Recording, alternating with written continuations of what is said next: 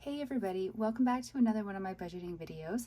This is going to be my weekly catch up with you for my digital cash envelopes and of course my one envelope that has actual physical cash in it. I'll do a really quick overview of them to explain what my system is before I get down into the details of what I'm doing. So where I live, the majority of places do not like payment in cash. I mean, some will reluctantly accept it, but they just prefer not. And some places just won't take it at all. So I switched over all but one of my envelopes from actual cash envelopes to digital cash envelopes. So the money, every payday when I'm figuring out the math of it, I transfer it over to a prepaid MasterCard, and that is what I tap when I'm out doing my variable spending. My only exception to this is this particular envelope, and this one is for my cat Striker. He is a combination of cash and digital.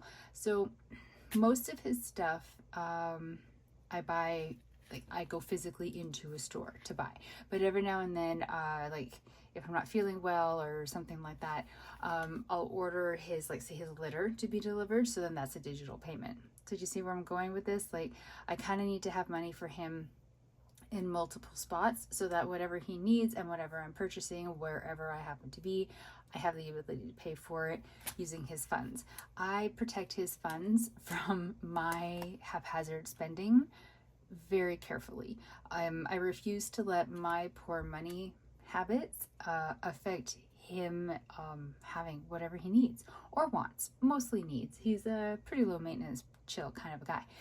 So his envelope is here with cash, and then there is a tracker sheet on the inside. He has more money than any of my other categories and is not that expensive of a creature. I find it a little bit funny. So his tracker right here, he only drinks bottled water. It's a whole thing. We'll get into it another time. So on September the 29th, I bought him some bottled water. October the 4th was when we did the deposit. And then October, things got a little out of order. October the 2nd, I purchased some litter for him from Superstore. That was two of the family pack sized boxes of litter. If you have a Superstore, it's like just a jumbo sized box of litter. And I paid for that digitally. So it's really tiny on the side here because in the one little cell, I'm tracking both the digital and the cash, but it gave him a balance digitally of $198.75 and actual physical cash in his envelope $63.67. So his column is updated. His money is all good. He's fine. He doesn't really need anything right now. I tend to buy his water when I'm grocery shopping for myself, and then I just put it through as a separate transaction so that I have the receipt separate, just because I suck at math. His litter, sorry, not his litter, his food comes specifically from a pet store, so of course that has its own separate transaction. I just try to keep his transactions separate even if I'm shopping for other things at the same time, mostly because my math skills are not strong, so it just makes it a lot easier to figure things out. So for the rest of the columns, when we left off with the last digital cash envelope update, the totals that we were looking at for groceries were $1.67, miscellaneous was negative $5.56, fun was negative $2.59, physio had $21.25, and transportation had $71.93. So there were no more transactions happening in there. October the 4th was when I did the budget.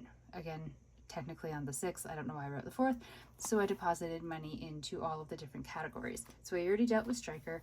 Work, parking, and takeout don't get anything.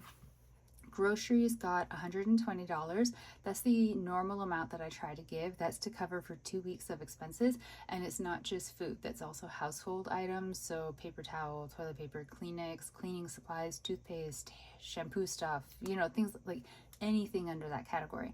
I do want to eventually sort of separate it out and have a separate category for, say, like personal hygiene type items, but I'm not there yet.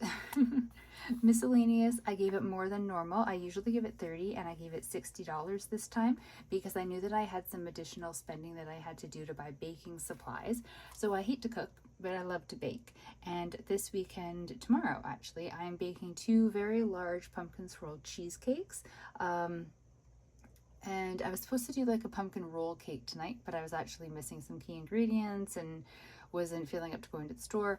So I needed to put more money in the budget. And then I also, on Sunday, I'm meeting up with a friend. She's getting one of the cheesecakes. We're gonna go shopping for supplies, and we're gonna do like spooky season themed crafts. I had to think of the word for a second there. I'm not exactly sure what we're making. She sent me an Instagram with these cute little ghost ornaments. I sent her a thing back with like a little graveyard terrarium. So something, we're making something. So we're going to be hitting up craft stores and dollar stores. Now I thought an extra $30, so $60 total in the miscellaneous category, combined with the $30 that I regularly deposit into the fun category, would be plenty to cover the cost of the additional groceries and whatever we end up buying on the Sunday for like crafting supplies. I was very wrong. I will get to the numbers in a second, but yeah, very wrong. So physio, I added $31.50. The cost of my physio appointments has gone up. Not all of my physio appointments have a charge to them. Only one of them does, and I usually have that one once a week. And so now it costs $15.75. So I had to increase the amount that I'm funding this envelope bi-weekly to be able to cover for 2 appointments in a week. Transportation covers not only gas, but also if I take an Uber, have to pay for parking, want to take the car to the car wash, any car expenses. I put $40. I used to put 50, I think. I lowered it to 40 because I don't drive that many places, and when I do, they're fairly local, and I have a hybrid. So, I mean, you can see from like September 29th, well, that's not really a far enough time frame at all, the 29th to October 4th. Here, I put gas in the car on September the 20th. I put $60 in, and we're at, what are we at now? We're on the 11th of October, and I still have half a tank, and I didn't even fill it up all the way when I put in that $60. It didn't quite top it up, and I just couldn't be bothered to put in the little extra because I knew what I had was going to last a long time. So I lowered it to 40, and we're going to see how that goes, because I don't drive many places, and like I said, when I do, they're mostly local, but I do have instances where I end up driving farther distances, and when those activities sort of like appear, the 40, I don't know if it'll be enough or not. I think it will be. We will have to test it and find out. So that is the deposits into the account from the paycheck from October the 4th. So let's just go to groceries. I have the world's longest receipt. I did a grocery haul for this. It was the one where the receipt total, sorry, because I've already broken it up over there. The receipt total was $107.76. Like, oh, so much money. So here's the receipt if you didn't watch the grocery haul. Anything that has a green dot beside it, though, is for baking. So it's baking supplies. So it doesn't come from my regular grocery money. It's coming from the miscellaneous. So I did math, kind of. I did math. I divvied it up for how much is baking supplies, how much is regular groceries / household. The only thing that I didn't divvy up was the tax, and I just put all of the tax under the regular grocery category because I think it would all fall under there anyways. I don't really understand what gets taxed and what doesn't. I know I should, I'm a grown-up, but I don't. So tax total, GST was 92 cents and PST was $1.29. So I think they're only maybe charging on the non-food items. I really don't know. So there's not a lot. I don't think that amount needed to be split in between like baking funds and regular grocery funds. It's a tiny amount. So I just put it all into the grocery category. So when I divvied it out, I spent $63.04 on this grocery trip for things that fall under my groceries category. And it was really basic stuff. So like tea, paper towels, toilet paper, what did I get? Hot chocolate, milk. I know I got eggs in there somewhere. I got a salad kit, an avocado, an apple, some bananas, a croissant, and some bread. Really basic things. If I didn't have to do the baking run as well, it would have just been an absolutely standard normal grocery shopping trip for me. So this is my grocery category at $58.63, which is fine. I get paid next Friday, and I'm sure that is going to make me, or like take me through until then. So I'm not too concerned about that. The miscellaneous, I don't know why I just put the receipt away. So the miscellaneous, the baking category items came out to a total of $44.72, which has put my miscellaneous category down to $9.72. I thought, I don't know why, but I didn't think the baking supplies would cost as much as they're costing. But cream cheese, oh, cream cheese. So it took more out of the money than I allocated to cover the cost of baking supplies than I expected. And what's worse is I didn't buy enough cream cheese, so I have some getting delivered tomorrow.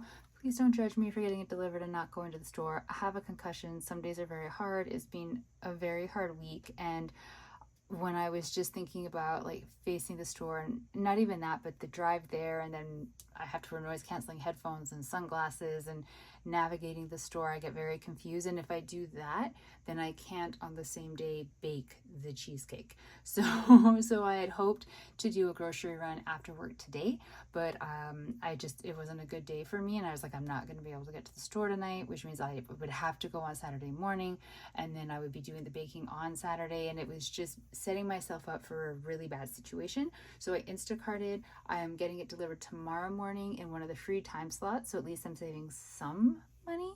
And it is cream cheese, lots of cream cheese. What is it? Pumpkin pie spice. I'm missing something. There's 4 items in there. I can't think of what the other 2 are right now, but it costs more than $9.72. So it is going, because my Instacart is connected to the prepaid MasterCard, it is going to automatically pull out of this card, which means I'm going to have to use a different category to cover the charge. And I don't know like the final charge yet, because it'll depend, like, can they find all the items? They have to swap something for a cheaper item. You know how Instacart goes. So I won't actually know until it's done what the final amount is. So I will update this then. But it's going to wipe out the fun category and the miscellaneous. And I think I'm going to have to pull from transportation to help cover it, because I can't pull from physio, because those are actual medical appointments. And I don't particularly want to pull from groceries. I could maybe pull some of it, but I do need to leave some money in case I need to buy something for the coming week.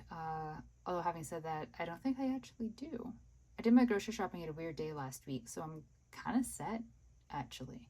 So either way, I'll be able to cover it. It's just going to be getting covered from categories I wasn't expecting.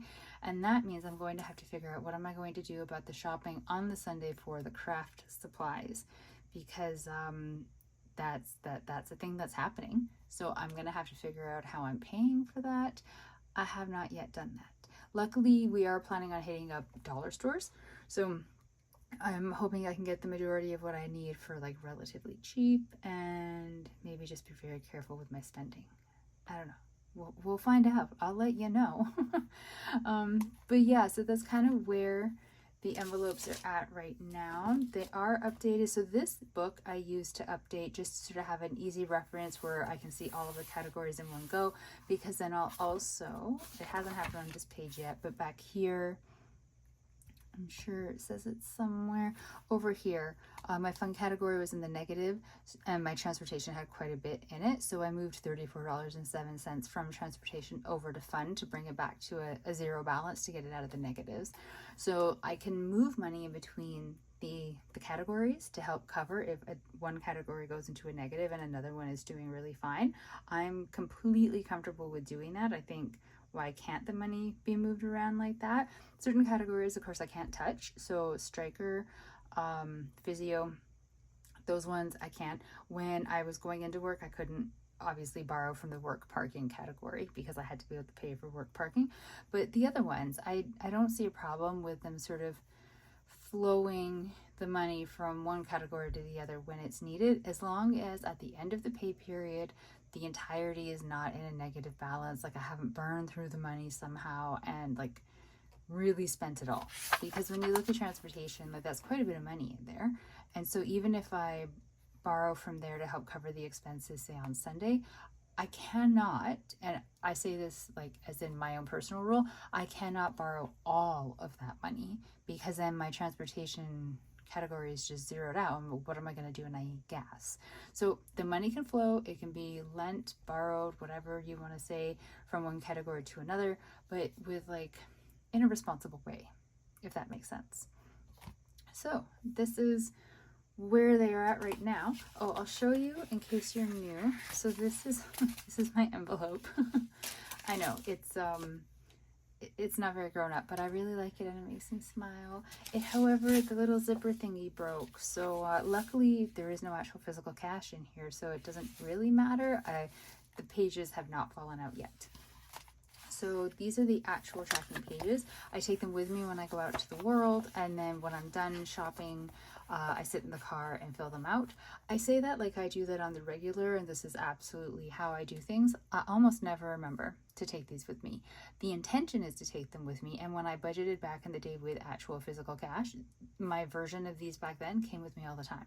Never did I leave them at home, but it helped that they were in the envelope with the physical cash. So I had to bring them with me, otherwise I couldn't buy anything. Whereas now, if I don't take them, I'm just tapping a card. So the problem that I will come up to though is that, say I pop into Safeway and I'm like, oh, like I really need to buy X, Y, and Z. If I don't have this with me, I don't remember what my balance is in the grocery category, so I don't actually know how much I can spend. Sometimes that actually works for the better, because then I get a little bit nervous about overspending, so I'm cautious and don't pick up some things that I would have liked to, because I just don't know if I have the funds for it. Other times it just sort of leaves me in a bit of a pickle. So all of these have been updated so they match their columns in the book. Some of them get more entries than others. Some of them are more colorful than others. There's a bunch of them have math wrong because I had some epic math mistakes at one point. I had to recently start new ones for groceries and miscellaneous. That's why they have less written on them and they're sort of tidier, just because I finished their first pages, and so I had to make new ones. But yeah, those are the tracking sheets that theoretically go with me in this cute little envelope that I absolutely love. And that is how my tracking goes. It's how it works. It's where I'm at right now with the balances, with the spending. It's all working out pretty well, I would say, except for having to figure out for this weekend for the expenses. And then I have some more expenses next weekend for a different event that it's tricky because the payday will be Friday. And so I could theoretically wait until the Friday to do the purchasing for the things that I'm going to need for the weekend, but it gives me, again, like a really tight turnaround for getting some things done. So I have not yet decided, but I might use my credit card to make the purchases for the supplies I need for next weekend.